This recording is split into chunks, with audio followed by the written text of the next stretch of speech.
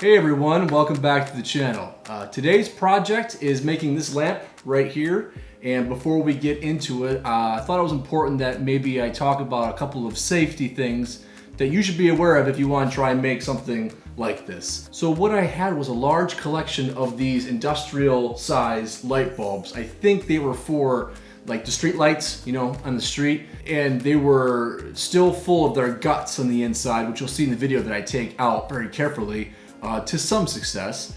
And what I want to talk about here at the top of the video is that I used a diamond tip blade in a tile saw to cut the bottom part of these light bulbs off so I get the guts out of them. And cutting glass is already a dangerous type of project, but cutting this type of glass, which is already extremely fragile, is pretty dangerous. So you need to be aware of what you're doing. Take your time and go slowly with that tile saw. I did have some success with that tile saw. You'll see that on this one in particular, the bottom part of the bulb came off just fine.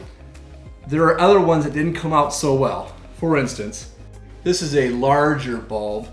You can see the size difference here, and the bottom part did not cut off real well. As soon as part of the metal portion down here began to break, it took some of the glass with it, and then from there it was just a snowball effect. The glass just kept breaking off and breaking off. So this one is somewhat successful. I'd still like to use this for something later on in the future. I'm not totally sure yet, but you've got to be careful about cutting these things. It's not something that you would normally do, and you might get this effect, which is not great.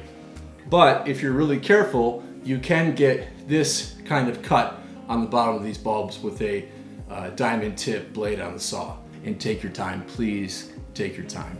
I do want to use this and the other bulbs that didn't turn out so well on future projects, but for today, I'm going to show you how I made this one just using a piece of mahogany and one of these old industrial bulbs and putting an LED bulb inside of it. So hope you enjoy.